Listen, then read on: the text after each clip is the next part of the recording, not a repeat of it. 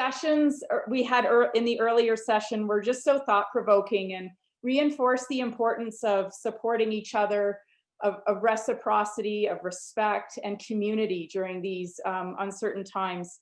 And I'm thankful to have the opportunity to listen and learn with you all in this space. I now have the great honor of introducing Dr. Brenda Macdougall for our keynote, as our keynote speaker this morning. Dr. Macdougall is a leading expert in Métis history and First Nations history. She's the director of the Institute for Indigenous Research and Study at the University of Ottawa, and also holds a chair in Métis research at the University of Ottawa, a chair created to increase understanding of Métis history in general and specifically as it relates to identity, community, and coherence.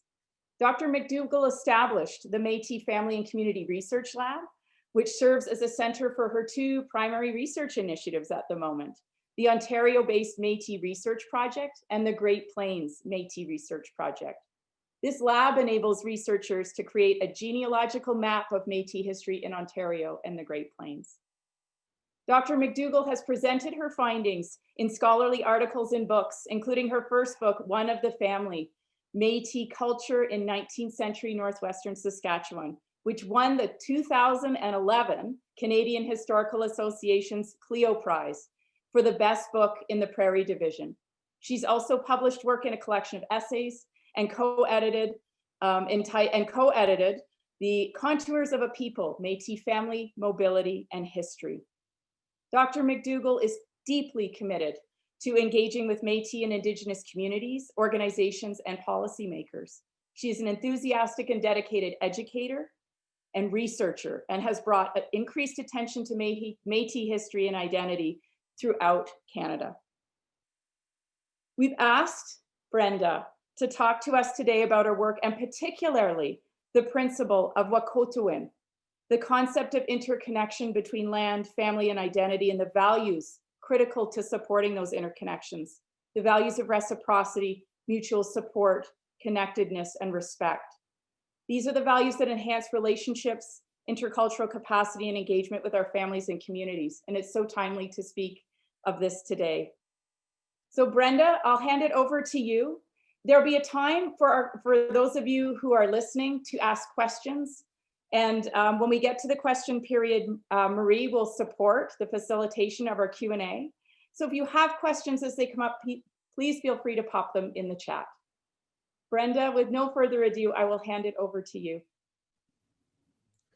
Hi, good morning, everybody. It's afternoon here in Ottawa. I really appreciate being invited to participate in this event and for all of the hard work that Susan and her team have put into this. And thank you so much for that very gracious introduction. That was, it always, you know, when you get introduced, it's like, oh my goodness, that was a strange way to hear about yourself. So thank you so much. So I'm going to take a few minutes and just describe some of the research that I've done in relationship to this idea of Wakotowin and why I came to it, and how it sort of has played out and continues to sort of fuel and generate more work.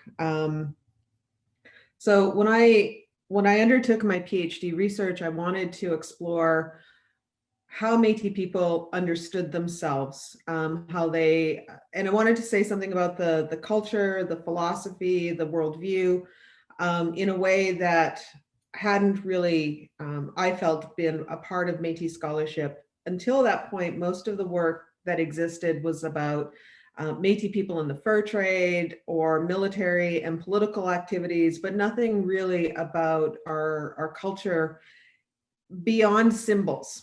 Right, so we have lots of work on the sort of the symbolism, the art, the clothing, and the music, all of which is fantastic, but nothing that really spoke to sort of the values that people possessed and continue to possess. And so I wanted to know something about more of the philosophical foundations around Métis culture and society, about the values that people held and continue to hold, and how those values reflect behaviors and decisions in a historical context. So if we're going to talk about military and political events, then what are the values that are actually propelling people to engage in those kinds of large-scale public demonstrations of identity. And when I started this work, I was, you have the standard PhD committee supervisor, but I was also working with Elder Maria Campbell, a knowledge keeper in our society. And I talked to her a lot about, how was I going to do a study that didn't just end up being another fur trade study? Because our sources come from fur trade records, they come from church records. And how was I going to be able to pull something off that wasn't just another examination of a fur trade? And she started talking to me about family, about Whakotewin, and explaining those teachings to me. And I started working with her in a very real way to acquire the cultural teachings that belong to Whakotewin as an idea. So the term itself is a Cree language term. It translates as relative or relation or relationship, depending on what tense you place on the word to transform it.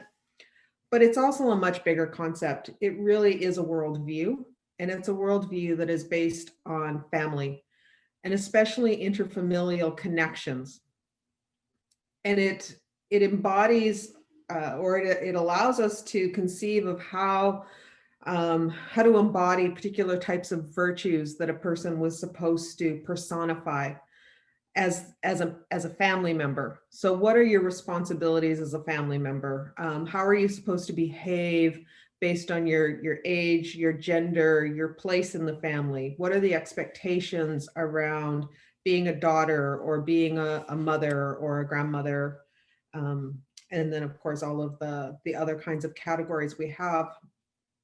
And so Whakotewin is, as much as anything, about a set of values, and a set of values that emphasizes responsibility, reciprocity, mutual support, how to be decent, all of those things that go into being a human being, right? And so from a Métis perspective, Whakotewin is about how to be a human being and how to be the best human being you can strive to be. Of course, we're human beings, so we're all going to have failings. We're not going to meet our marks all of the time. So these are the aspirational pieces that we're supposed to strive towards in the course of a lifetime, to be a good relative. And in being a good relative, one of our responsibilities is to create relationships and not be isolated from other people, to extend ourselves outward and be a part of a living community. And so it's about people, it's about our humanity, and in addition to that layer, there's multiple layers of ways that we're supposed to be good human beings. We're supposed to think about our relationships to land, to the spirit world, to all of the creatures that we see around us. And so as we extend our relationships to one another as humans, we have to think about how we're extending our relationships to all of those things in creation that reflect our world, and be as good a relative to those beings or creatures or aspects of the natural world as we are to one another. So Whakotewin serves as a way to start linking communities and creating these webs of kinship across time and space. So the work that I did in the book that Leslie highlighted is really about these genealogical connections to people.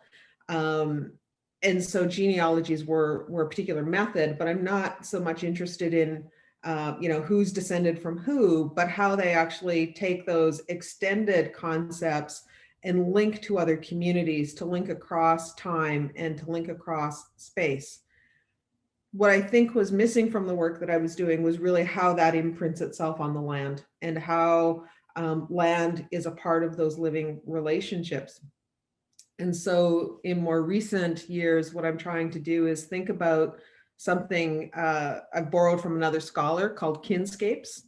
And kinscapes is the idea of taking that web of relationships, thinking of it as a constellation, and where does that constellation fall in the geography?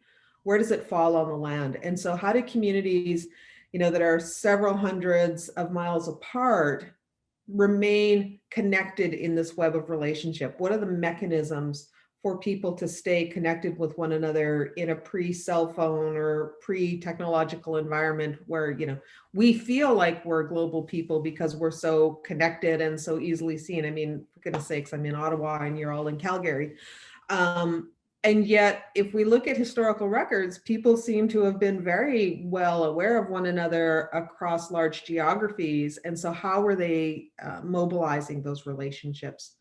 And really, so Whakotewin and Kinscapes are working hand in hand to support relationships across time and space and create a sense of home and belonging within particular geographies. And that's why the Great Plains is really the focus of the work that I'm doing now, tracking mobile buffalo hunters across about 5 generations of people and several thousand kilometers to see how and where people are spreading out across those spaces, and how are they creating alliance structures with First Nations people, with other Métis people, and trying to explore the meaning of those relationships within the context of an economy that is mobile, within political structures which are quite fluid and change quite quickly. And how do they activate a sense of political identity within this world? So trying to think about the battle on the south branch of the Saskatchewan River at Batoche in 1885 as something that shapes families and isn't something that is necessarily tied to Canadian Confederation, although they're interrelated. And so that's kind of, in a nutshell, the work that I do. And so, yes, I do genealogical research, but genealogies are a method. They're not a means to an end in order to understand Métis people. So maybe I'll leave it there. I know there's questions, so. Oh, Brenda, thank you so much. I know we'll start the Q&A off with a bit of a conversation between you and I. My head is brimming with questions that are particularly related to, the hour before you joined us, we had come together to talk about community engagement with, our community folks from around the city of Calgary and the university. And Oh my goodness, we lost your. Oh, I'm unmuted. I'm wondering if you could expand a little more on how you think the principles of Whakotewin could strengthen and enhance our approaches to community engagement and relationship building between, institutions and community partners from that perspective. Well, I mean, I think the features that are, easily encapsulated and transferable across in these kinds of cultural and institutional divides are things like reciprocity, respect, and responsibility. And to sort of boil those down, one of the, we hear from communities when we're in university that, it's always a one-way flow of information. And we're, as university people, we can often be extractive of traditional knowledge and perspectives, and we draw on people's time. And we're not thinking about how we can be reciprocal in that relationship. And so how can we generate systems that give back? Maybe that's in forms of honoraria for particular periods of time, and being fair in those honoraria. If we're asking for traditional knowledge, then we should be as generous as possible and not try to always do things, on the cheap. And to do that, we have to be respectful. We have to think about how do we treat people, and why do we not value and treat people as respectfully as possible? And what are our responsibilities to all of those things? And I think communities need to think about those things as well. It's one thing to say that universities need to be responsive, and I'm just picking on universities because that's the world that I work in. It could be any institution. It's absolutely a university responsibility to be responsive to First Nations, Métis, and Inuit communities. So when we come to try and be in that place, we need help. And we need you to be responsive to those calls. So it's trying to set up that two-way street, and 100% it's on the back of universities or mainstream institutions to first say they're sorry for what they've done in the past, to sort of try to atone and to work towards creating that better structure. And so, people will start to believe in us if we start to actually behave in the way that we know that we're supposed to behave. It's going to take some time to create that link, but it is possible. I thank you so much. It just, as you were speaking earlier, I wrote this down so I could remember this. Wahkohtowin encaptures so many things, including how to be a good human being. And what I heard in what you just shared too is how do we be good community beings. Right. Yeah. I'd love to maybe hear your perspective on Wahkohtowin on a more individual level. How can individuals develop a practice of thoughtfulness and apply the principles when we think of individually how we expand our personal and professional relationships in community? Well, I think there's a lot to be said for kindness. Before you even start to ask for Indigenous communities for things, like how can we be kind to those communities, and what level of individual kindness can we extend? Thinking about our own humility in that, we shouldn't always think that we are the experts because we have the training, but submit ourselves to a level of humility to actually hear what people are telling us. And sometimes people are going to tell us things that are going to be hard for us to hear, and we have to let that happen. And so I think that there's a lot of things that people can do on an individual level, and often relationships, the first relationship is an individual to individual relationship. It's not an institution to institution. People become comfortable with each other. They like each other. They want to spend time with each other. And then they draw more and more people into that web and that network. Part of this is about being patient and being slow. We can't always be in a hurry to create the kinds of relationships that we want. Sometimes we have to be very slow and methodical and thoughtful about how we're going to go about doing that. Thank you. I just follow up on that, considering we're in this digital world, and I mean, you shared with us, part of the gift of that has been, you're here with us this morning. Right. And how do you see that? How do you see us building kinship, relationships, reciprocity, all of that in this? We need it so much right now, seemingly, and we're in this time where we also need to be distanced physically from each other. We'd love to hear your thoughts on that. Well, when we first started, I think when all of us first started going into this sort of Zoom or whatever platform of environment we're creating for ourselves, it was a concern for me about how are we going to reach people in a really human kind of way? How are we going to reach our students? I work very closely with the Indigenous Resource Center at the University of Ottawa, and how are we actually going to reach students in a way that was good for them? They've embraced the technology. They're now having coffee and lunches with each other. We create the platform for that to happen, and they participate. I actually think in some ways we're taking more time to spend with people online than maybe we would have taken in person, and trying to see this as an opportunity and not a deficit. There are some communities that are going to struggle to get online, and we have to be patient with that, and we have to acknowledge that, and maybe we have to work for better infrastructure to make that happen.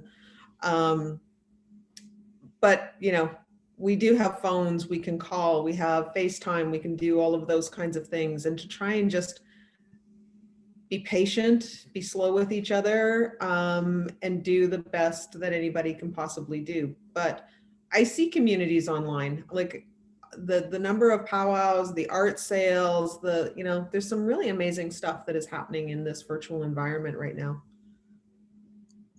Thank you so much. I think I could go on and on. And I also know that there are questions starting to open up in our chat panel, and Marie's going to help facilitate that. Marie, is it okay to turn it over to you now to open up to our community questions? It certainly is. Thank you, Leslie, and thank you, Dr. Macdougall.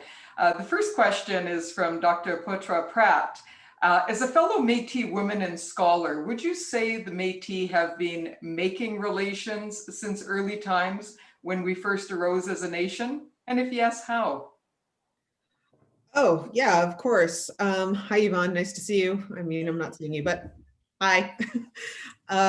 Yeah, I think we are born out of relationships in the first instance. And so, it's absolutely no secret that the Métis are a post-contact people. We don't exist in Canada or the United States, Northern United States, until there is alliances and marriages between First Nations and European traders. And so we're born out of those relationships. And I think as a consequence, we enact those relationships to one another constantly, both within our community.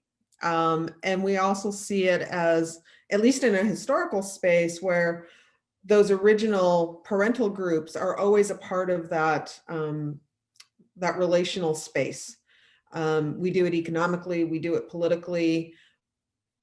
It's harder, I think, now to create those sort of intra-community dialogues and relationship spaces, because we now have an overlay of colonialism, which transforms the way that we think and relate to each other, and define sort of even the level of political engagement we are able to achieve, attain, however you want to think about that.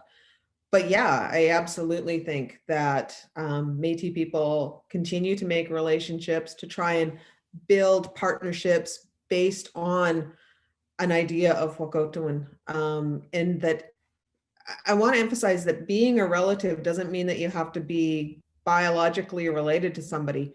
It's going out and creating those friendships. Friendship is a part of Whakotewin, because you start to treat your friends as important members of your family. You start to relate to them on those scales. And that is equally as important as value. Those are not false relationships. Those are integral kinds of relationships. I hope that answered. Thank you. And that leads nicely into the next question, which is from Amber Bedard. Can you speak to the areas of relational work that are needed interpersonally and interrelationally between Indigenous communities, between Métis, First Nations, and Inuit communities? First and foremost, I think we have to put aside some of the categories that Canada has created around us. We've even in our political discourses, I'm hearing people talk about, distinction-based programming, distinction meaning Inuit are over here, Métis are over here, and First Nations are over here. I'm not saying that there aren't differences between all of us, but when we allow the state to essentially and effectively corral us from one another, we start to think that we have nothing in common. And until we break down that silo and say we have a lot in common, and it's not just our fight against colonial structures, we all share value in family. I don't think it matters which language group you come from. The idea of Whakotewin is universal in Indigenous communities. It is the difference between us and European societies. And other kinds of people. So if we don't start talking to one another as relatives and as valued relatives, then that is what divide and conquer does. And that's what divide and conquer accomplishes. It's those things. So, I think we have to heal those things. And if we don't heal them with each other, we can't fix our problems with land. We can't fix our problems with water. We have to think of this in a holistic structure. Patricia Daniluk asks, I wonder if you could recommend one of your articles or books that links the concept of Wekotowin to work in the community? Oh, so I'm not a community-based researcher in the way that a lot of scholars would be. I don't do interviews. I don't, but I spend time with people, and I spend time hanging out and visiting and working with people. But I don't follow that sort of methodological perspective, which doesn't really answer your question. But I'm trying to give myself time to think about what it is that you're asking. I'm going to have to think more about that. Nothing is like popping off the top of my head that I could point you to. Thank Sorry. you. And I think, Dr. Macdougall, you could also send an email through Susan Meadkiss, and she can get it out to everyone. So Ashley Rennell asks, Brenda, I love what you have said about generating systems that give back. Do you think it's possible to reform or heal current dominant systems to give back, particularly when so many of these systems are rooted in taking away? I think what we've seen over the course of the last several months, not just the pandemic, but Black Lives Matter, Land Back, and Indigenous sovereignties movement, we're pointing to problems in systems that are strong and pervasive. And I think, though, that we're finally focused on systems and not people, and that it's systems that we have to change. Is it possible? Absolutely. If we think about a university, for instance, a university is, it's the epitome of a Eurocentric society, social construct, right? Are we going to decolonize it? Maybe not. But within a university structure, there's a concept of collegiality, which is, I think, a really important principle about how to behave with your colleagues, how to behave in respectful ways, even if you disagree, how to find points of consensus rather than voting.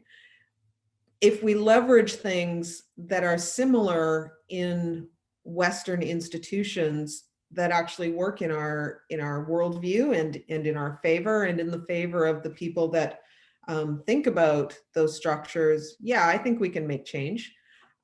Is collegiality the same as Wekotowin? No, but I think that there's a synergy of ideas there.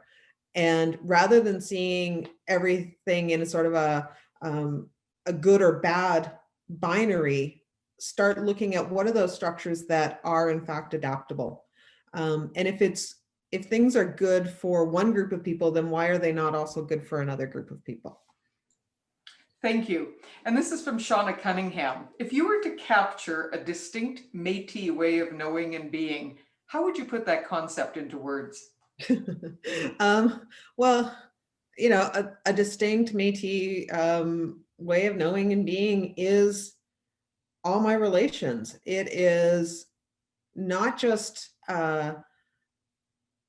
it's about going out there and creating strong relationships across families and across communities and across geographies. And if we start to think about other humans as part of that network of beings that we can draw on, but that they can also draw on us, I think that's what defines Métis people. Thank you. And Crystal Guzman asks, how can a non-Indigenous organization start a conversation with Indigenous nations? Where can we go? Who do we approach to start this reciprocal relationship? Well, that's a little bit tricky in the sense that, I think everything is born of an idea. And I don't know your organization or what that idea might be. But first and foremost, I think it goes back to individuals making that first friendship, not worrying so much about the outcome, but where can we start in the friendship? And I'm interested in doing something, but you might not be interested in what I'm interested in. So what are you interested in, right? And starting to have those conversations and those dialogues, expecting Indigenous people to meet you at the place that you want to be because that's your interest. Nobody wants to have that conversation. Indigenous people do not have to be answerable to your interests, needs, or values.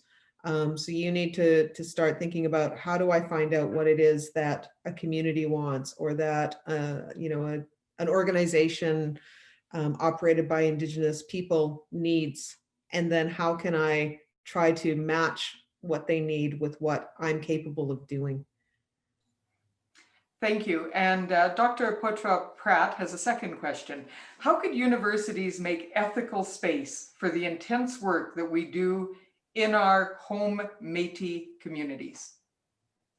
Well, one of the structures of change in a university, and we've talked about this for years, and maybe there's been some slow movement on it, but considering changes to the whole tenure and promotion structure, what we value as publications needs to change.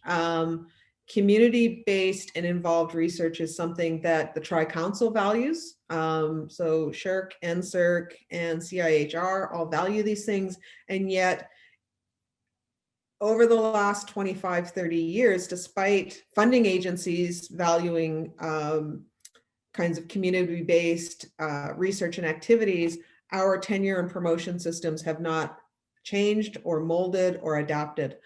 Neither do our teaching responsibilities. So we think of teaching as being from September to March, and yet we know that there's a whole block of time in the summer where people also could teach. So why can't we be more flexible about when we're in classrooms?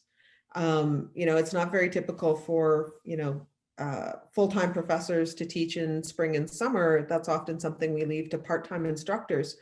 But if I want to be in community people are actually in community in the winter. In the summer, they're out fishing, they're out hunting, they're on the land, they're reconnecting with each other. Maybe I need to be a part of that, but maybe I also just need them to be home and attentive to the kinds of work that we need to do together. So maybe I should be teaching in the summer and going to them in the winter.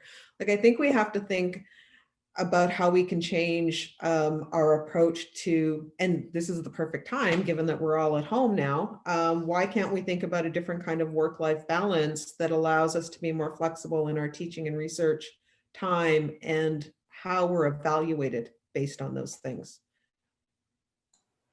Thank you. And I believe we have about 4 to 5 minutes left in this session. We have no other questions in the Q&A. Leslie, I will pass it back to you. Thank you so much. Wow, Brenda, that was amazing. Just thank you for sharing your experience and expertise and ways of bringing some understanding of ways of knowing and being, especially given that it is Métis Week. It is so fitting for us to have had you as a special guest today. It is my distinct honor to introduce our panel moderator. Community leader and Calgary journalist Deborah Yedlin was elected the 14th Chancellor of the University of Calgary in July of 2018. A journalist for the Financial Post, the Globe and Mail, and the Calgary Herald, she has been observing, commenting, and writing about business and politics for more than 2 decades. In addition to her writing, Deborah Yedlin has been a regular commentator for CBC Radio and Television and CTV since 1996. Deborah Yedlin. Thanks, Marie, and thank you so much for inviting me to be part of this panel today. I'm very excited to hear what our panelists are going to talk about. And I'd like to thank Dr. Brenda Macdougall for sharing her insights with us this morning. A lot of what Dr. Macdougall talked about I was madly writing down some notes, resonated with me tremendously.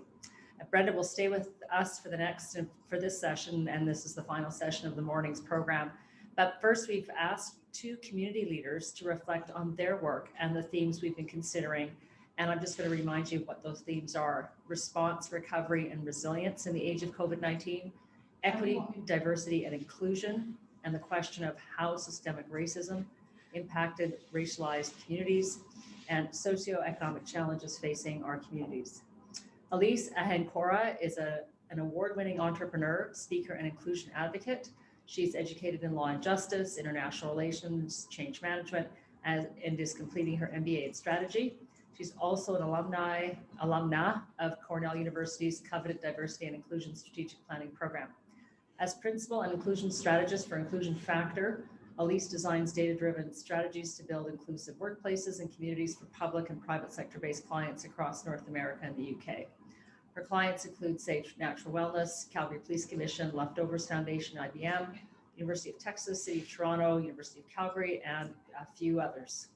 We've asked Elise to share her insights regarding systemic racism and inclusion, and to perhaps help us better understand how we can be allies and advocates in our homes, communities, and workplaces. Considering our themes, we've also asked Elise to talk with us about how we create those spaces to support our organizations and each other. Robert Perry is the Senior Director of Strategic Initiatives at the Calgary Urban Project Society, CUPS, here in Calgary. CUPS works to assist adults and families in Calgary who face poverty and traumatic events in becoming self-sufficient. In the community Robert's organization serves, the pandemic has had a very profound impact on his clients from the economic perspective, but also with social and mental health aspects from the impacts of COVID-19. Robert started with CUPS in 2001 at One World Child Development Center and then joined the leadership team. His current role involves creating and fine-tuning measurement tools for health, housing, and education programs. His team is responsible for transforming raw data into outcomes that inform our communities of CUPS impact. Robert is also involved with community partners in policy and research to support practice and achieve lasting change and breakthrough outcomes. We're looking to Robert for some insights into how the pandemic is affecting his and so many other community organizations. And we've asked him to think about what we might be able to do as a larger group to weather this storm and those to come. And finally, as I mentioned, Brenda Macdougall will join us to reflect on Elise and Rob's comments and perhaps take us a little further down the path of Wokotowin and how the Métis way of knowing might be transferred to community building in Calgary.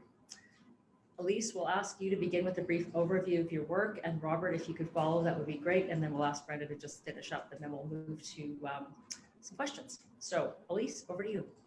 Thank you so much, Deborah. Hello, everyone. Thank you for having me here today. My name's Elise Ahenkorah. As mentioned, I'm the founder and inclusion strategist for Inclusion Factor. We work with a number of different public and private organizations to build inclusive workspaces, communities, and different initiatives. I'm also a diversity and inclusion lead at Sobeys, which is the second largest food retailer here in Canada. And my third hat that I'm wearing is that I'm the executive director of She Meets. It is Alberta's only women of color entrepreneurial program for women of color to learn different entrepreneurial efforts to advance and build their ideas into reality. Thank you, Robert. Good afternoon, everybody, or it is afternoon now. It's not just my barely. pleasure joining everybody here. I'm really enjoying the discussion here and the understanding what community is and how we are more inclusive. As we all stare at each other through our computer screens, we kind of understand it, the human touch and looking in touch and getting to know each other is absolutely critical.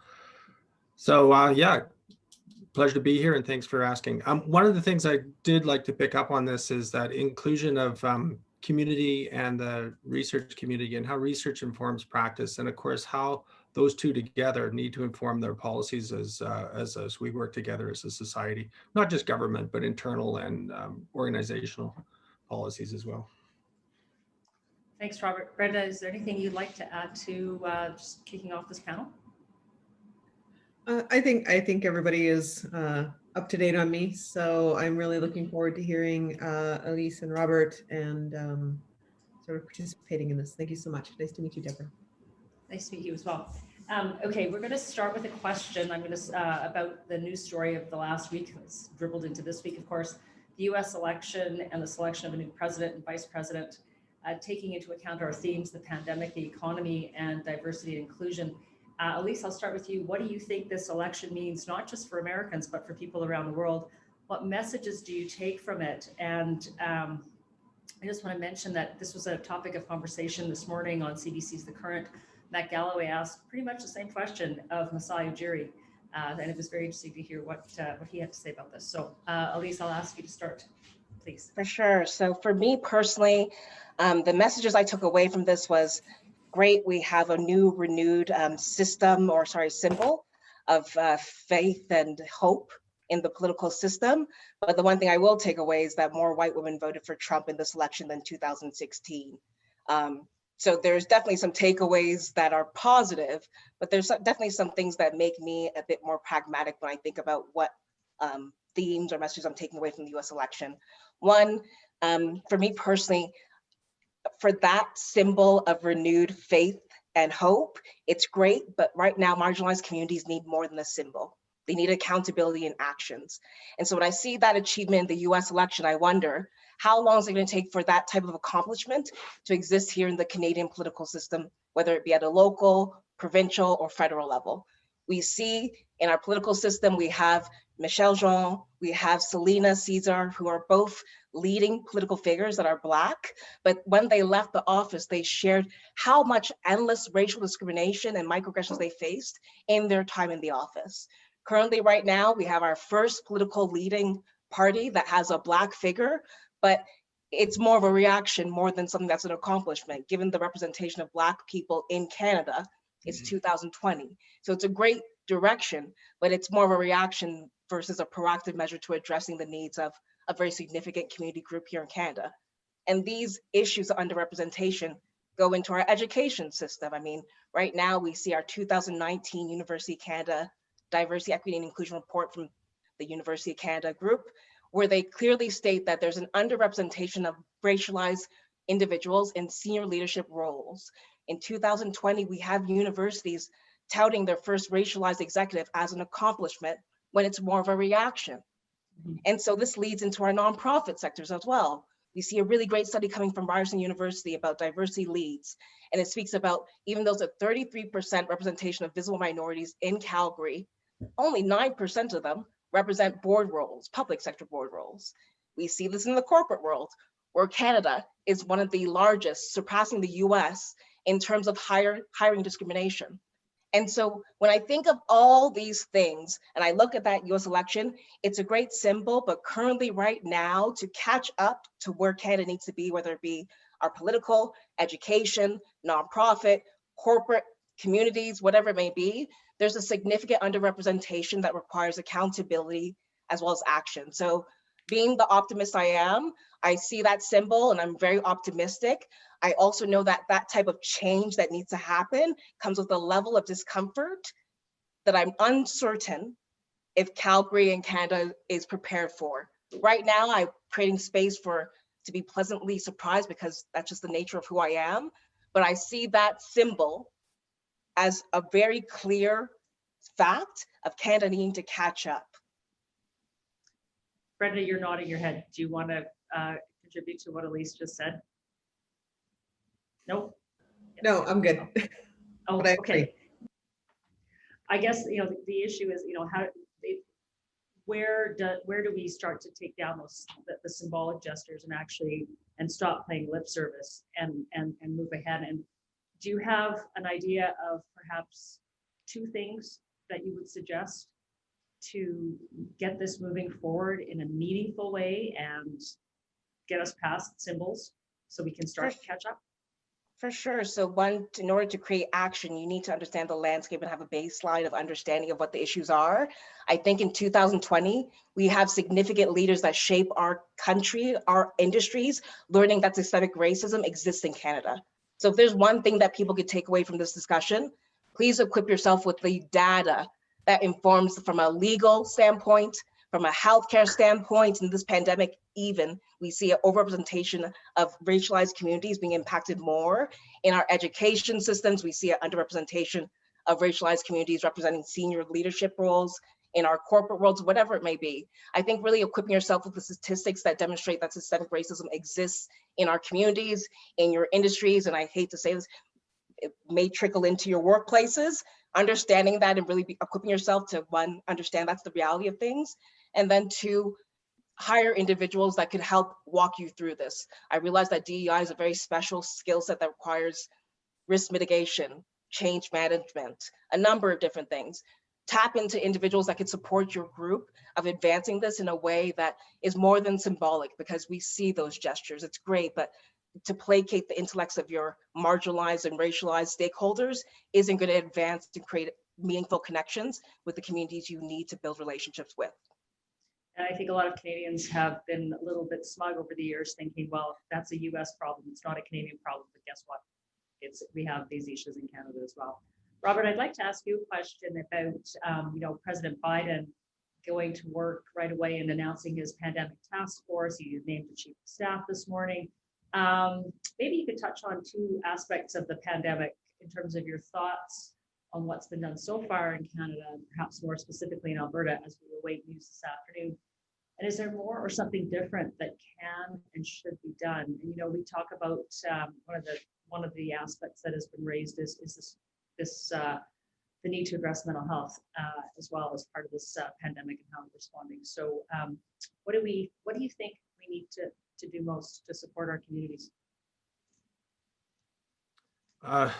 Well, it's when we bring out to address this disease that's hitting us all, to help our communities, we need to understand, there are people who understand the genealogies and how the bug works, and that there's also the understanding that we're all deeply affected by this pandemic, and that we're bringing into it a lot of expert knowledge from our own experiences, which doesn't replace the expert knowledge of what scientists can tell us about how to react and what to do. And we're going to see this come out this afternoon, the interplay in our provincial government. They're going to be talking, I'm going to bet money on this one, they're going to be talking a lot about personal responsibility and in our community. And how do we balance our personal responsibility that we need to take on ourselves? And I love the concept that's presented in this conference of our broader friends, our community, our family, the people that we know.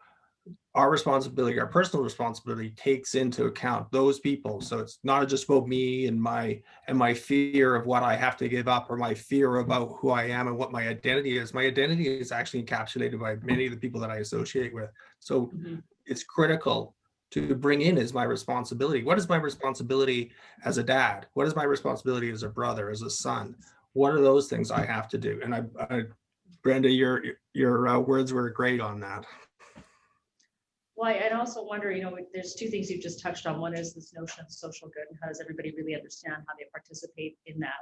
But also I'd like you to talk about barriers that people face in terms of getting support, whether it's for, whether they're ill physically or from a mental health perspective, especially from the world that you live in and you work in. Yeah, well, there's the technical one that was touched on, and there's, bandwidth. There's also the deep knowledge of how do you actually use any of the things? Like I remember first bringing a mouse to my mother and said, you just use the mouse. And she goes, well, no, you don't. You have to teach me how to do these things, right? You just don't learn how to do these things. So, but then again, there's some concepts about listening to the radio last night, and they were talking about private space versus shared space. We can kind of peer into each people's different lives here. So, but bringing people into your own world through this medium and helping people, it's a long, diverse answer. But what we really need to do in terms of helping each other and reaching out is understanding that we are all going through this challenge. Some of us had perhaps more difficult circumstances or more problems in the past that they're bringing to this. And we've seen people, videos and the like, or heard about people having meltdowns in public places.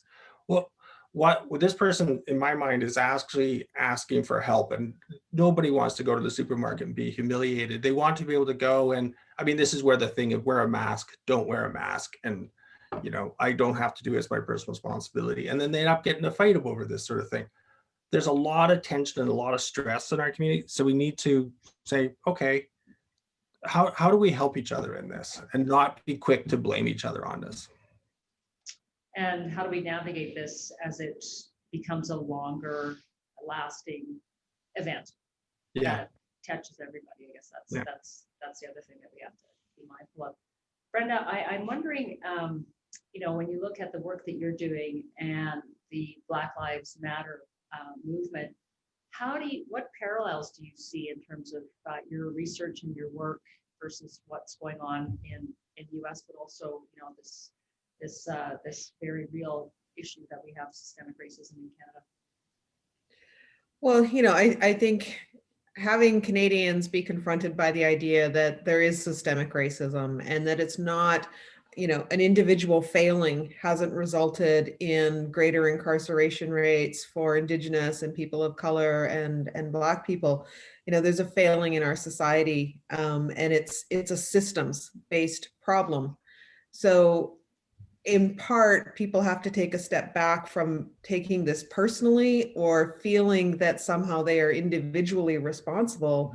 At the same time, people have to be open to the conversation that Canadian systems, our structures, are not American structures for sure. But we have systems that are based on English and French values, and those values that seep into all of those systems supported colonial expansion. And colonial expansion requires oppression of the people that were a part of the places that are being suppressed. Extraction requires oppression, right? This is not a structure of equality. It's a structure of specific equalities, while other people are necessarily marginalized, excluded, and placed at the side. For us to actually push back against that, and Black Lives Matter globally has articulated this in an amazing way, but I think we're also hearing it from people involved in the land back movement, people involved in the Indigenous sovereignties movement, what we saw in Mi'kma'ki, with people, destroying traps, destroying the catch itself. Are those individual acts of racism? Absolutely, but it's supported by the state. And if we don't start confronting that, if we don't start talking about the privilege that people have to enact violence and the support they have of systems to be able to do that, then we can't change it.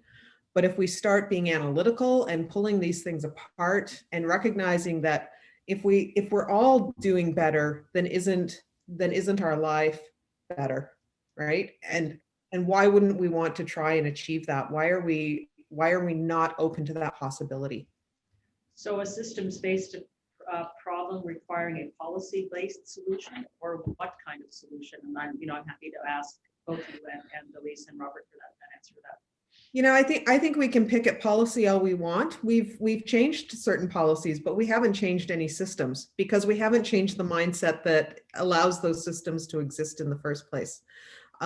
We actually have to look at how do we actually dismantle aspects of our world that are oppressive to a significant population that we have, whether that's people of color, Black Canadians, Indigenous Canadians. As long as those systems automatically privilege one group of people, French and English in this case, but people of European descent over everybody else, it doesn't matter how many policies we pass. We have to start deconstructing our laws. We have to start deconstructing Parliament, and we have to, and I don't mean destroy it, but we have to create structure, and I don't know what they are, but we have to put in place different structures. This isn't working. Elise, what are your thoughts? I agree, but just to give somebody and everyone on the line actionable items, especially if you're a leader in a workplace, I'm going to bring it down to a micro level. When I speak to individuals at workplaces, I tell them, you need to address your workplace systems that perpetuate that systemic racism. So from a hiring, from recruitment, from an evaluation, from promotion standpoint, there are areas and biases in your workplaces right now that are furthering that systemic racism we see in our communities. So I ask individuals when I'm going to their workplaces to address individual behaviors, for sure, be nice to people, but also have workplace systems that reinforce that behavior. It's not about being nice to the Black woman down the hall. It's about having systems, process, policies in place that reinforce leadership behaviors that are inclusive.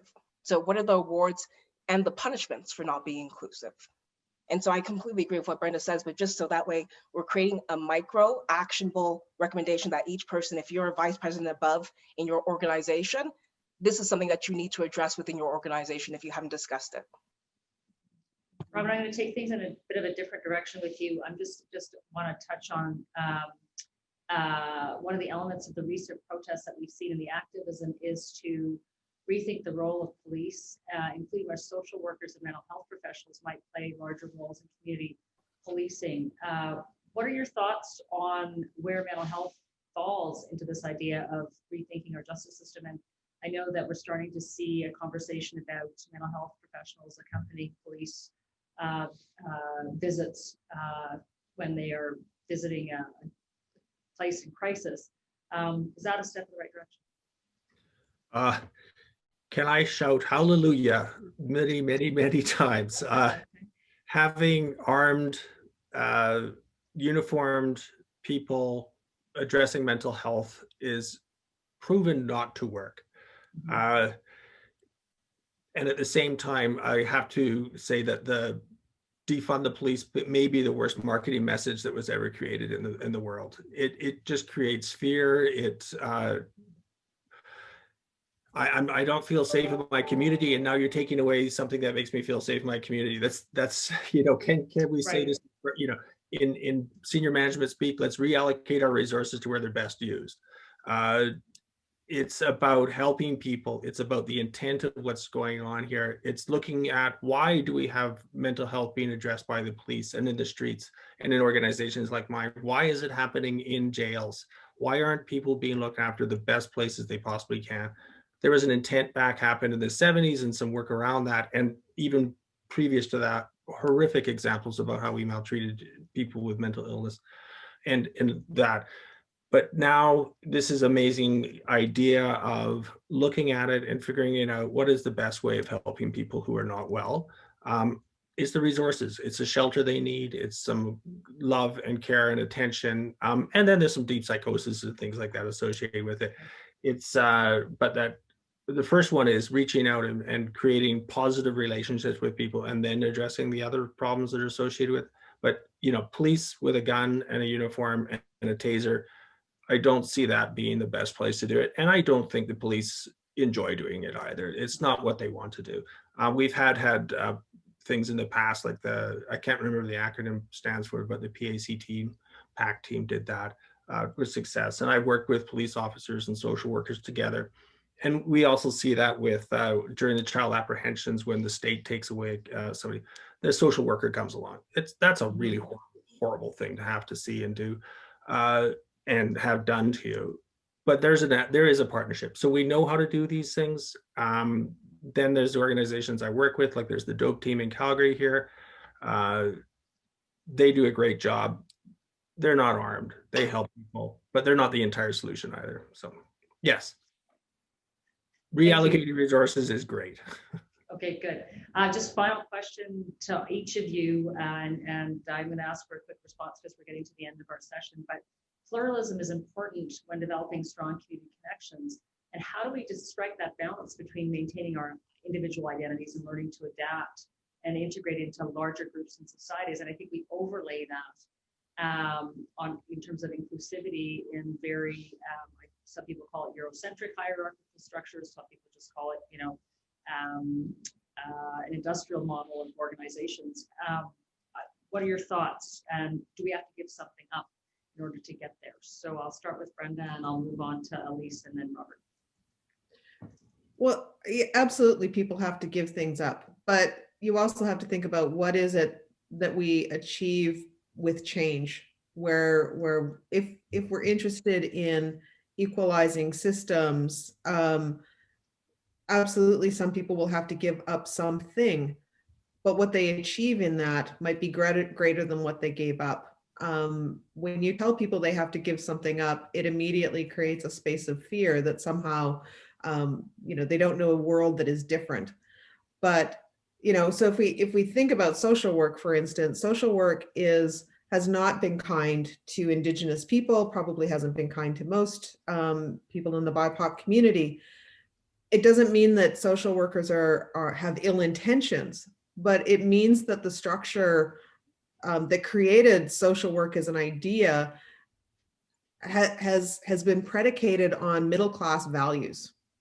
And if those middle-class values don't work for our communities, maybe they don't work for lots of communities. And so why can't we conceive of social work as being something that isn't predicated on the idea that you have to have a house and a bedroom for every child, but you could actually live in a multi-generational family, even if it's a foster family, and that would be okay, right? But the idea that because you're poor, you can't look after your children doesn't make any sense to me. Right. It means that you have challenges that other people don't have, but social work isn't going to fix that. So how are we going to see that across systems? And maybe those systems have to change. Elise, what are your thoughts?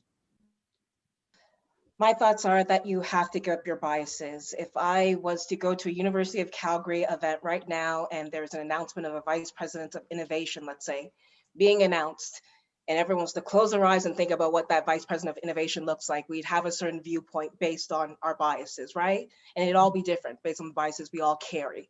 So if there's one thing I would like everyone on this call by the end of this phone to kind of establish, is that we all have biases. If you have a brain, you have biases. We take 11 million bits of information per minute. We're only conscious of about 40 of them. So as a result, your brain makes mental shortcuts. In your day-to-day, if you're a leader right now, you're perpetuating the biases you have unconsciously or consciously. So one thing that you need to exist in order for people to feel accepted and included is for those biases, one, to be recognized by yourself, and then two, when you're in your decision-making, to recognize, are my biases coming into play here? I've provided resources to everyone so that way you could find out what your biases are and equip yourself. Because again, in 2020, symbols are passé. It placates people's intellect. We need accountability and actions. Thank you, Elise. Robert? In terms of giving things up, we give things up every day to achieve new things.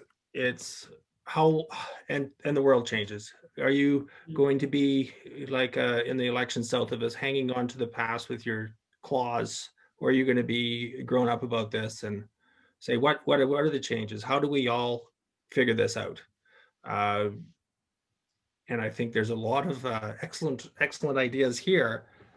And seriously, it's about building community, looking after each other, and do our intentions actually align with the impact? The discussion about social work, like the intentions were to help people, but the impact didn't. What were the underlying biases, and what's the underlying historiography and racism and classism and colonialism and all the isms that come into it that created those structures that just clearly have manifest themselves out in negative ways? And at the same time, how do we recognize what we have achieved together to build on that? Thank you. We have time for one question in the chat. I will ask it to all three of you. Whoever feels comfortable taking it, please do. Collaboration has been identified as an opportunity, and this individual is wondering if there are any existing collaborative efforts already happening in Calgary or elsewhere, particularly between Indigenous peoples and newcomer communities. Who'd like to take that?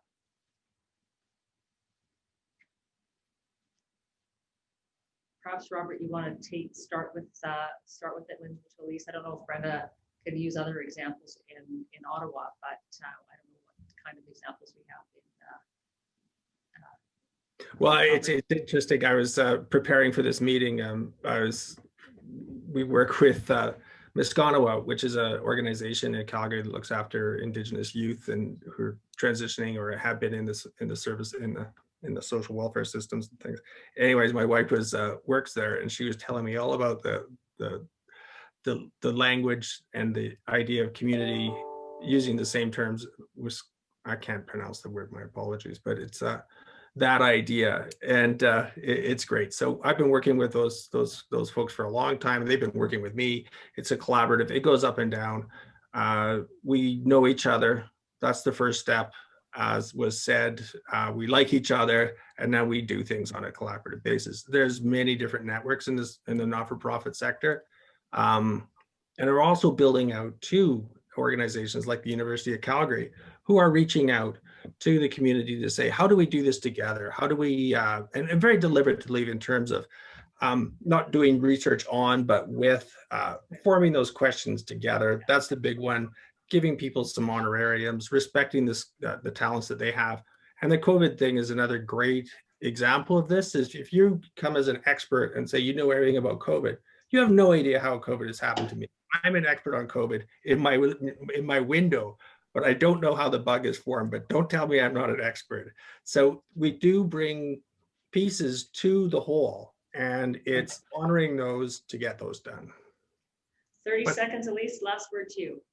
For sure. First Nations Technology Council is a partner of She Meets and a group that definitely advises in terms of how to engage Indigenous communities when it comes to innovation. Another group that comes to mind is YYC Voices. It is an Indigenous group that represents queer communities. So there's a number of different resources online, whether you go to Calgary Foundation or just a simple Google to find these resources, depending on the industry and the sectors you serve. I want to say thank you to all three of you for your comments and your insights today. And thank you to the audience as well for being so engaged throughout today's event.